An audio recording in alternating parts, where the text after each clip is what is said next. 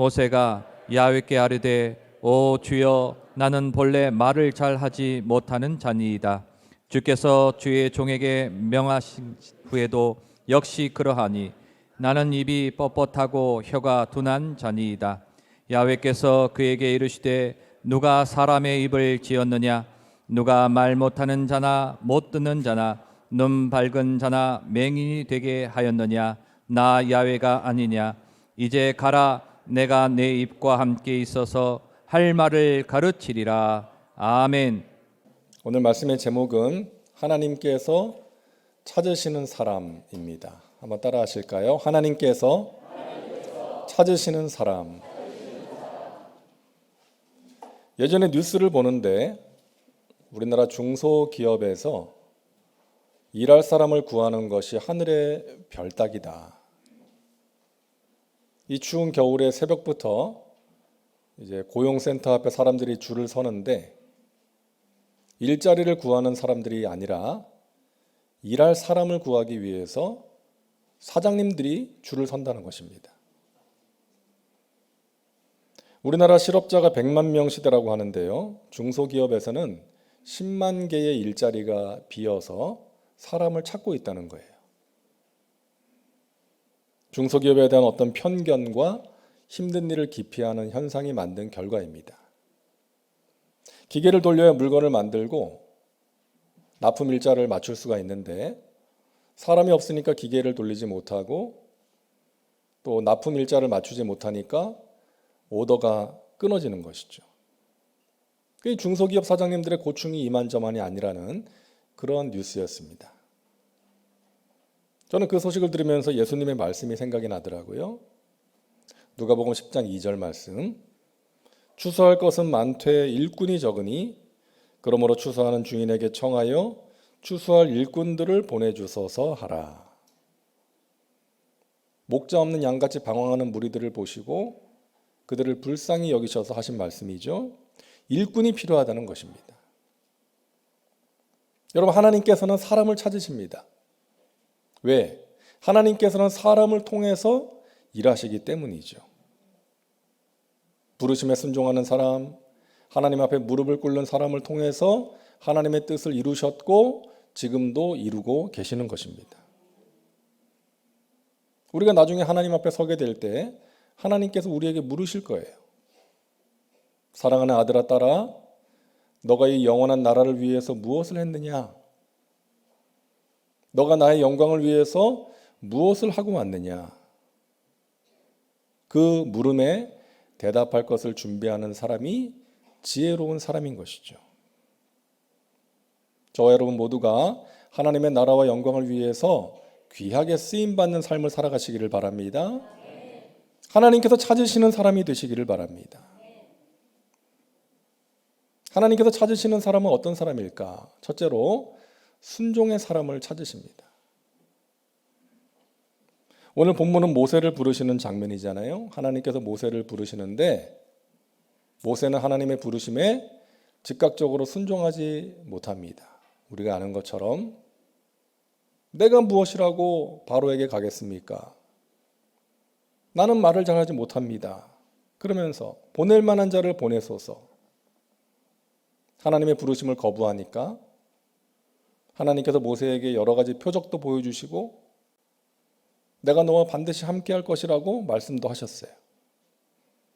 하지만 그럼에도 불구하고 모세가 계속해서 거부하니까 출애굽기 4장 14절을 보니까 야훼께서 모세를 향하여 노하여 이르시되, 하나님께서 진노하셨어요. 네 형 아론이 있지 않느냐? 그가 네가 할 말을 대신해서 전할 것이다. 여러분, 하나님께서 언제 진노하십니까? 하나님께서는 죄 앞에서 진노하세요. 그러니까 모세의 불순종은 뭐다? 죄다.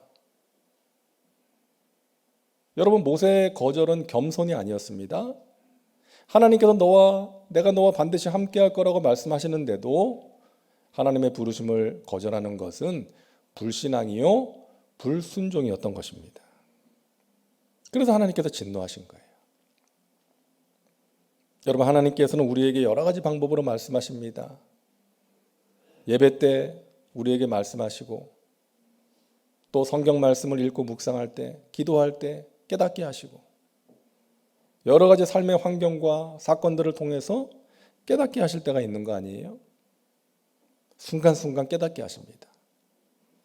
여러분 깨달았으면 순종하시기 바랍니다. 순종해야 돼요. 우리가 은혜 받았다는 말을 자주 하는데요. 은혜 받는 것, 은혜를 받았다면 마음의 감동을 느끼는 것에서 끝나는 것이 아니라 눈에서 눈물 나는 것으로 끝나는 것이 아니라 코끝이 찡긋하는 것으로 끝나는 것이 아니라 순종까지 가야 되는 거예요. 작은 부분 하나 달라지는 것입니다. 말투 하나가 달라지고 표정이 달라지고 생각과 행동이 달라지는 거예요. 여러분 그게 믿음입니다. 우리는 하나님께서 뭔가를 하라고 하시면 우리 자신과 상황을 바라보고 두려워해요. 아유 하나님 저 못하겠는데요. 근데 말씀드렸죠. 하나님께서는 우리가 할 만한 능력이 되어서 하라고 하시는 게 아니라는 거예요. 예수님께서 제자들에게 땅끝까지 가서 복음을 전해라. 모든 민족을 제자 삼으라고 말씀하셨는데 제자들에게 그럴 능력이 있다고 보셨을까요? 제자들의 모습을 보셨는데요. 누가 높냐 그러면서 서로 싸우고 예수님 붙잡혀 가실 때 뿔뿔이 흩어져서 도망가 버리고 수제자는 3번씩이나 부인하고 저주했던 그런 제자들 아닙니까? 너희는 할 수 없지. 너희는 할 수 없어. 하지만 성령이 너희에게 임하시면 너희는 할 수 있는 거야. 그래서 성령 받아야 되는 거야.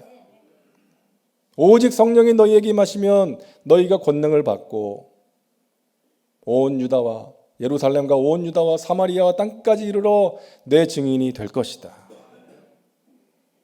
그들은 부족하고 연약한 사람들이었지만 성령께서 그들을 사로잡아 이끄셨을 때 그들이 성령의 도우심과 능력을 의지하며 사역했을 때에 그들을 통해서 로마와 전 세계에 하나님 나라의 복음이 전해지게 된 줄로 믿습니다. 하나님께서 우리에게 말씀하실 때 우리 자신의 모습과 상황을 바라보면 순종하기가 어려워요.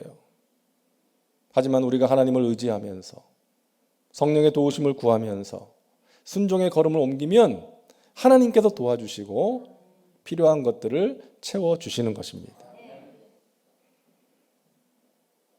하나님께서는 우리가 하나님의 일에 헌신하기를 원하십니다. 하나님을 알고 하나님께서 나를 사랑하신다는 것을 알면 그 사랑에 보답하고 싶은 마음이 생기는 거예요. 우리가 사람한테 신세를 져도 보답하겠다는 마음이 생기는데 하나님께서 나를 위해서 독생자를 보내셨다는 사실을 알고 믿으면 헌신하게 되는 거죠. 자, 그런데 많은 사람들이 헌신 그러면 부담을 갖지 않습니까? 아예 나 같은 사람이 어떻게? 헌신은 어떤 믿음이 좋은 특별한 사람들이 하는 것이라고 생각하는 거예요. 그리고 헌신이라는 것을 거창하게 생각하기 때문에 그런 거예요. 근데 여러분, 하나님의 일이라는 것 거창하게 생각할 필요가 없어요. 여러분, 무엇이 하나님의 일입니까? 첫째는요, 한 사람을 소중하게 여기고 섬기는 것입니다. 내 곁에 있는 한 사람을 섬기는 것이 하나님의 일이에요. 사도 바울이 말씀합니다. 골로새서 1장 28절과 29절 우리 같이 읽겠습니다. 우리가 그를 전파하여 각 사람을 권하고 모든 지혜로 각 사람을 가르침은 각 사람을 그리스도 안에서 완전한 자로 세우려 함이니 이를 위하여 나도 내 속에서 능력으로 역사하시는 이의 역사를 따라 힘을 다하여 수고하노라. 반복되는 표현이 뭐예요? 각 사람. 사도 바울의 관심은 각 사람에게 있었던 것입니다. 그의 사역은 각 사람을 향한 것이었어요. 한 사람의 구원을 위해서. 그리고 그 사람이 온전한 믿음으로 성장하기를 위해서 바울은 복음을 전하고 눈물로 기도했던 것입니다. 여러분, 교회의 규모가 좀 커지다 보면 놓칠 수 있는 것이 한 사람의 소중함이에요. 한 사람의 소중함, 한 영혼에 대한 관심. 지난 주일에는 보였는데 이번 주일에는 안 보이는 사람이 있어요. 그럼 어떻게 해야 돼요? 그 사람 왜 안 나왔지? 무슨 일이 있나? 몸이 아프나? 이런 관심이 생겨야 되는 거죠. 그래서 전화를 하거나 연락을 해서 살펴야 되는 거예요. 여러분 주위에 여러분의 관심과 기도가 필요한 한 사람이 있습니다. 그 한 사람을 품고 기도하는 거예요. 그 한 영혼의 구원을 위해서 노력하는 거예요. 그 한 사람을 찾아가서 사랑을 전하는 것입니다. 그것이 하나님의 일이에요. 둘째로 하나님의 일은 서로 사랑하는 것입니다. 사랑하는 것. 요한복음 13장 34절 말씀 우리 같이 읽습니다. 새 계명을 너희에게 주노니 서로 사랑하라. 내가 너희를 사랑한 것 같이 너희도 서로 사랑하라. 우리는 이 말씀에 순종해야 됩니다. 내가 너희를 사랑한 것 같이 너희도 서로 사랑하라. 오래전에 자주 불렀던 노래가 있죠. 아름다운 마음들이 모여서 주의 은혜 나누면 예수님을 따라 사랑해야지. 우리 서로 사랑해. 하나님이 가르쳐준 한 가지, 내 이웃을 내 몸과 같이. 미움 다툼 시기 질투 버리고 우리 서로 사랑해. 2절. 이 다음에 예수님을 만나면 우리 뭐라 말할까?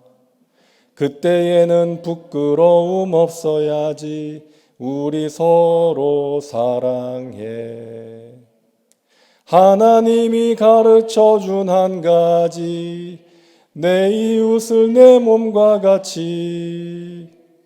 미움 다툼 시기 질투 버리고 우리 사랑해.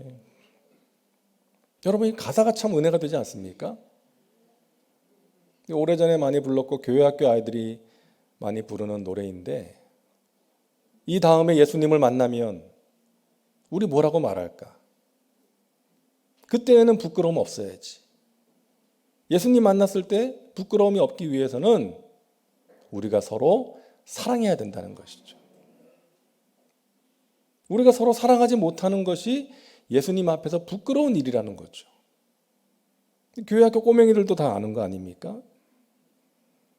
하나님이 가르쳐준 한 가지, 내 이웃을 내 몸처럼 사랑하라는 것입니다. 여러분, 이것이 하나님의 일이에요. 우리가 저 먼 나라 만난 적도 없는 사람, 튀르키예 사람들을 도와주는 이유도 마찬가지입니다. 고통 가운데 있는 사람들에게 예수님의 사랑을 전하기 위해서 그러는 것이죠. 그것이 하나님의 일이기 때문입니다. 셋째로 하나님의 일은 나에게 맡기신 한 부분을 최선을 다해서 감당하는 거예요. 여러분, 느헤미야는 무너진 예루살렘 성벽을 재건한 사람 아닙니까? 그리고 그 당시 이스라엘 민족의 영적인 개혁을 주도했던 사람인데, 느헤미야 3장을 보면 전체가 사람들 이름으로 채워져 있어요. 누가 어느 부분을 맡았고, 누가 어느 부분을 재건했고 보수했고, 이 3장을 읽다가 은혜가 되더라고요. 야, 이들이 하나님의 일을 위해서 이렇게 하나가 되었구나.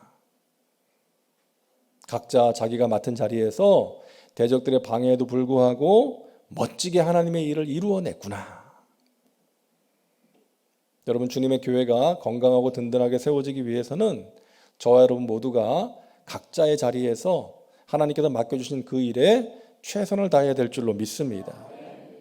찬양대로, 교회 학교 교사로, 남녀 선교회로, 또 지구역장으로, 구역 식구로 하나님께서 나에게 하라고 하신 그 일을 최선을 다해서 감당하는 거예요. 그게 하나님의 일이에요. 그리고 우리가 기억해야 될 것 또 한 가지는 뭔가 하면 교회에서 하는 일은 하나님의 일이고 세상에서 하는 일은 하나님의 일이 아니라는 이분법적인 생각을 버려야 됩니다. 여러분, 교회에서 일을 해도 하나님의 뜻대로 하지 않고 내 뜻대로 하면 내 만족을 위해서 내 사욕을 채우기 위해서 한다면 그것은 하나님의 일이 아니에요. 하지만 우리가 삶의 자리에서 세상에서 하는 일을 하나님이 나에게 맡기신 일이라고 믿고 하나님께 하듯이 하면 그것은 하나님의 일인 거예요. 하나님의 임재 연습이라는 책의 주인공인 이 로렌스 형제는 주방에서 설거지하면서 그 일을 하나님께 하듯이 했다는 거예요. 하나님이 맡기신 이름으로 최선을 다해서 하나님의 임재를 경험했다는 거예요. 그 일을 통해서. 여러분이 가정에서, 여러분의 직장과 사업장에서 감당하는 그 일이 하나님께서 여러분에게 맡기신 일입니다. 그 일을 통해서 하나님의 영광을 나타내야 돼요. 여러분의 가족과 직장 동료와 선후배를 잘 섬겨야 됩니다. 예전에 어느 목사님이 그러더라고요. 자기는 자기 와이프가 수술 받는 날에도 열심히 사역했다고. 자랑스럽게 얘기하더라고요. 그건 자랑스러운 일이 아니라 미안해해야 될 일입니다. 여러분, 평소에 열심히 사역하고 아내가 수술 받는 날에는 옆에서 기도해 주는 게 그게 하나님의 일 아닐까요? 물론 어쩔 수 없이 그러지 못할 상황이 생길 수도 있지만 자랑스러워할 일은 아니에요. 하나님께서 나에게 가족들을 맡겨주셨기 때문에 내 가족들을 위해서 기도하고 내 가족을 잘 섬기는 것도 하나님의 일이라는 것 여러분 기억하시기를 바랍니다. 우리의 삶의 자리에서 누군가에게 베푸는 친절, 사랑의 실천, 그것을 통한 전도, 그것이 하나님의 일인 것입니다. 여러분 그 일에 헌신하시기를 바랍니다. 그것이 우리를 향하신 하나님의 뜻입니다. 둘째로 하나님이 찾으시는 사람은 기도의 사람을 찾으십니다. 모세는 오랜 세월 기도의 사람으로 준비됐어요. 이스라엘의 지도자로 부르심을 받고 일을 하면서도 여러 가지 사건들을 통해서 기도의 훈련을 받았습니다. 홍해 앞에서, 마라의 쓴물 앞에서, 굶주림과 갈증 속에서 그는 기도합니다. 아말렉과 싸울 때에도 높은 곳에 올라가서 손을 들고 기도하죠. 백성들이 자신을 대적하고 자신의 마음에 상처를 주었지만 모세는 기도합니다. 즉시 엎드려서 기도합니다. 아마 40년 전 같았으면 어떻게 했겠어요? 주먹이 날아갔을 거예요. 멱살 잡고 주먹이 날아가지 않았겠습니까? 하지만 모세는 기도의 사람으로 훈련되어진 거예요. 그때에도 기도합니다. 기도했을 때 하나님께서 그의 마음을 다스려 주셨고 그 기도를 통해서 문제를 해결해 주신 거예요. 여러분 하나님께서는 우리가 기도에 헌신하기를 원하십니다. 기도만 하라는 게 아니에요. 기도하면서 행하라는 거예요. 기도 없이 행하지 말라는 것입니다. 여러분 기도가 없으면 내가 주인이 돼요. 내 뜻대로 내 생각대로 내가 보기에 좋은 대로 하는 거예요. 그런데 기도하면 하나님의 뜻을 알게 되고 하나님의 마음을 헤아릴 수 있게 되는 거예요. 그리고 하나님의 뜻대로 행하게 되는 것입니다. 그래서 기도가 소중하고 중요한 거예요. 우리가 연약하고 부족해서 때로는 넘어질 때가 있고 실수할 때도 있지만 하나님을 믿음으로 붙들고 하나님의 뜻대로 살겠다는 중심을 가지고 있으면 그런 중심으로 기도하면 우리가 넘어지고 흔들리면서 가도 하나님께서 우리를 다시금 일으켜 세워주시고 우리를 붙들어 주시고 가장 좋은 길로 인도해 주시는 것입니다. 하나님께서는 너희가 컨디션 좋으면 예배하라 그러지 않으셨어요. 어떤 상황에서도 예배에 목숨 걸어라. 너희가 기도할 마음이 생기면 기도하라 그러지 않으셨습니다. 쉬지 말고 기도하라고 말씀하세요. 은혜가 충만하면 봉사하라 그러지 않으셨어요. 죽도록 충성하라고 말씀하십니다. 그것이 생명의 길이기 때문에, 그것이 복된 길이기 때문에 우리를 사랑하셔서 그렇게 명령하시는 것입니다. 어느 집사님이 자신의 과거를 이야기를 하는데요. 이분이 명문대학교를 나와서 좋은 직장에 취직을 했습니다. 근데 이분은 항상 부모님에 대해서 불만이 많았어요. 모태신앙으로 자기도 신앙생활을 어릴 때부터 했지만 교회 일을 열심히 하시는 부모님을 보면서 불만이 많았답니다. 아유, 적당히 믿어야지. 저렇게 믿는 것은 광신자다. 그런 생각을 했고, 새벽마다 교회 가서 기도하는 것도 마음에 들지 않고, 찬양할 때 손을 들고 찬양하는 것도 마음에 들지 않고, 가장 마음에 들지 않은 것은 자기 월급 가지고 11조 드릴 때 제일 못마땅했다는 거예요. 그러다 장가를 갔어요. 부모님과 떨어져 살다 보니까 이전보다 더 적당히 신앙생활을 하게 됐습니다. 부인도 그 아내도 적당히 믿는 사람이어가지고 둘이 쿵짝이 잘 맞았어요. 여행 가느라고 주일 예배도 빠질 때도 있었습니다. 자, 그러다가 이분이 회사에서 큰 실수를 하게 됐대요. 바이어가 보낸 공문을 잘못 해석한 거예요. 중요한 한 줄을 빠뜨린 거예요. 그러니까 회사에 피해를 입힌 것도 큰 문제였지만 이분이 그동안 자신이 완벽하다고 생각하면서 자신감이 충만하게 살았는데 너무나 부끄러웠다는 거예요. 수치스러웠다는 거예요. 그 회사 동료들도 자기를 바라보는 시선이 냉소적인 것 같고, 아이고 잘난 체 하더니 잘됐다, 고소하다, 그런 눈빛으로 느껴진 거예요. 너무 마음이 힘들었다는 것입니다. 부모님이 생각이 났대요. 자기를 위해서 기도해 주시는 부모님 생각이 나서 전화를 했대요. 제가 여차저차해서 회사에서 이런 문제가 생겼으니 기도해 주세요.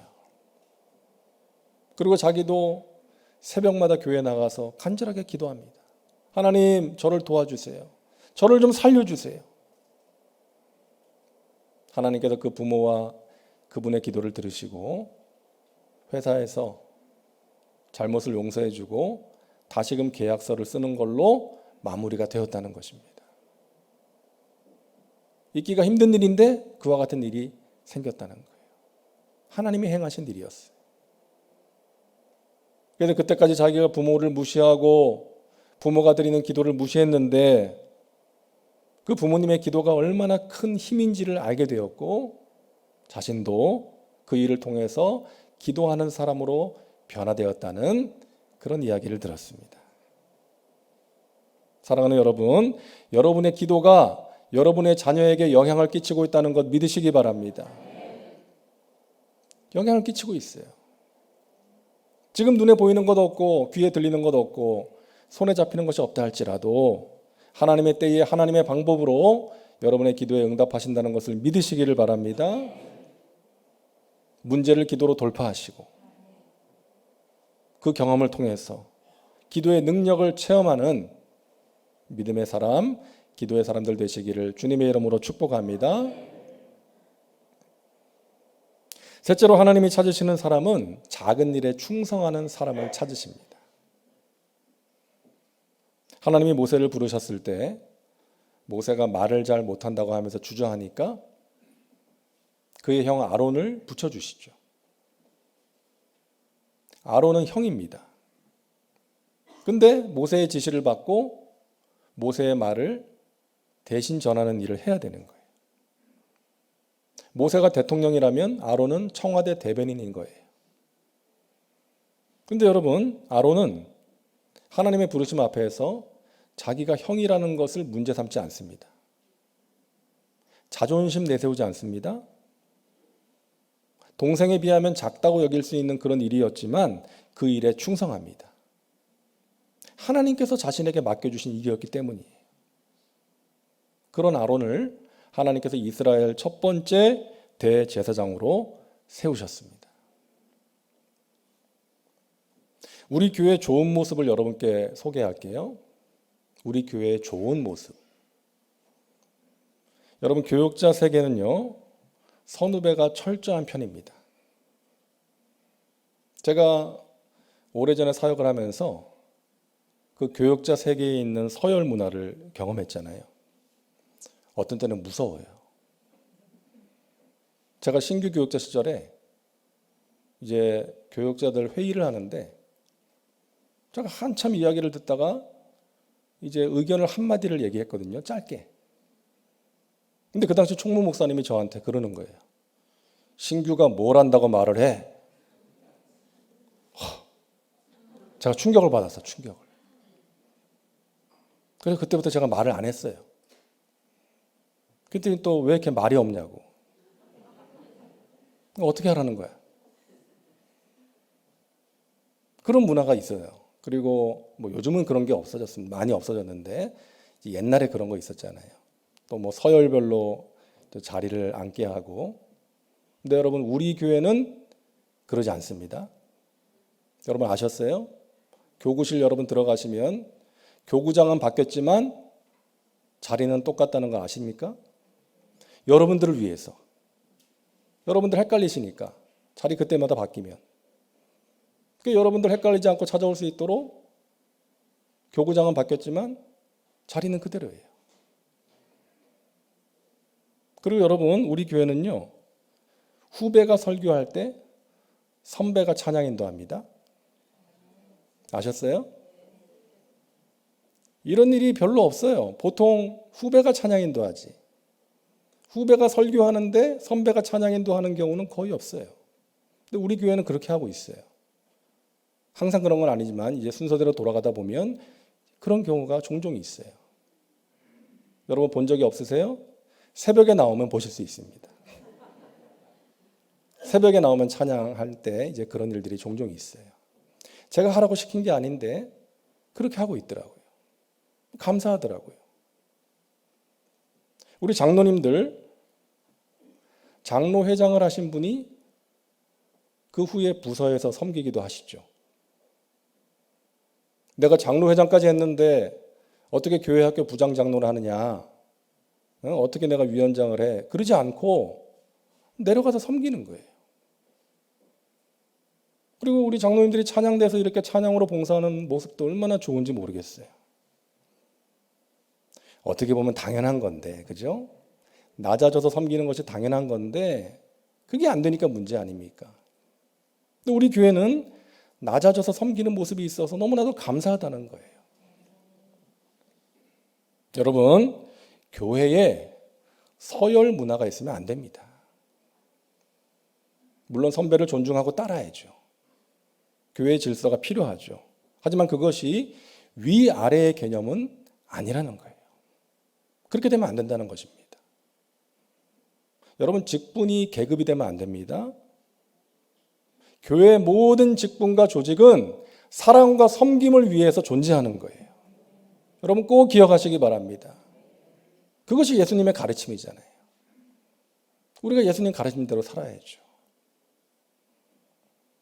여러분, 작은 자를 무시하면 안 됩니다. 아람의 군대 장관이었던 나아만이 자신의 나병을 치료받을 수 있었던 것은 그의 집에서 일하던 여종 때문이었어요. 우리 주인님이 저 이스라엘의 선지자에게 가면 병을 고침받을 수 있는데, 그 여종이 알려준 이야기예요. 그리고 나아만이 엘리사를 찾아갔을 때 나아보지도 않았잖아요. 그 나아만이 화가 나가지고 돌아가자 했을 때 그를 말렸던 종이 있었어요. 주인님, 여기 대접받으러 오셨습니까? 그렇지 않잖아요. 주인님 병을 고치기 위해서 힘든 일도 하라 그러면 하셔야 되는데 요단강에 가서 몸 담그는 일이 힘든 일이 아니지 않습니까? 가시죠. 그 작은 종들 때문에 나아만이 병고침을 받은 거예요. 여러분, 우리는 작은 것, 작은 사람을 소홀히 할 수 있는데요, 하나님은 작은 것, 작은 사람을 통해서 큰 일을 이루시는 것입니다. 씨앗은 작지만 그것이 심겨서 큰 나무가 되고 많은 열매를 맺는 거예요. 예수님께서 말씀하십니다. 작은 자에게 냉수 한 그릇 주는 자는 하늘에 상이 있을 것이다. 여러분, 많은 사람을 사랑하려고 하지 말고 여러분 곁에 있는 작은 자를 먼저 사랑하시기를 바랍니다. 큰 일을 하려고 하지 마시고 지금 나에게 주어진 그 작은 일에 여러분 최선을 다하시기를 바랍니다. 충성하라고 말씀하시잖아요. 그 충자 한자를 보면 가운데 중자에 마음 심자잖아요. 충성이 뭐예요? 우리의 마음 중심을 하나님께 드리는 거예요. 하나님이 나에게 맡겨주신 일, 그 일, 작은 일이라 할지라도 마음을 다해서 하나님께 드리듯이 하면 하나님께서 그 일을 통해서 큰 영광을 받으실 줄로 믿으시기를 바랍니다. 사실 하나님의 일에 큰 일, 작은 일이 없습니다. 나에게 맡겨주신 그 일을 소중하게 여김으로 최선을 다해야 되는 것이죠. 말씀을 마칩니다. 제가 터키에 있을 때 우리나라 대통령이 방문한 적이 있습니다. 그 교민 간담회를 하는데 시간이 주일 오후 12시였어요. 우리 교인들 중에도 거기에 이제 가야 되는 분들이 있는데 1부 예배가 9시고 2부 예배가 11시니까 근데 12시가 교민 간담회인데 10시까지 오라 그랬다는 거예요. 예배를 드리지 못하고 가게 생겼어요. 하나님께 그런 불충을 저지르게 하면 안 되지 않습니까? 그 1부 예배 시간을 당겨서 좀 일찍 드렸던 적이 있습니다. 제가 그 일을 경험하면서 생각을 하게 됐죠. 야, 대통령 만나기 위해서 저 2시간 전에 미리 가서 준비를 하는데 우리는 하나님 만나기 위해서 얼마나 준비를 하고 있나 이런 생각이 들더라고요. 물론 뭐 대통령은 평생에 한 번 만날까 말까 하지만 우리 하나님은 매주 만나니까 그런 거는 아니지 않습니까? 우리 하나님은 천지를 창조하시고 다스리시는 만왕의 왕이신 줄로 믿습니다. 독생자를 아끼지 않으시고 우리를 위해서 주신 사랑의 하나님이십니다. 우리가 그 하나님을 예배하는데 마음과 뜻과 정성을 다해서 예배해야 되지 않겠습니까? 준비해야 됩니다. 여러분 토요일 밤 불타는 토요일 밤 보내시면 안 돼요. 토요일 날 과격한 운동하거나 늦은 밤까지 어떤 일을 하다가 주일 아침에 교회 와서 푹 주무시면 안 됩니다. 주일 예배를 준비하는 시간 되시기를 바랍니다. 우리 청년들이요, 주일 오후 2시에 이제 여기 2층에서 예배를 드리잖아요. 근데 토요일에 교회에 나와서 1시간 이상 찬양 연습을 하더라고요. 예배를 준비하는 거예요.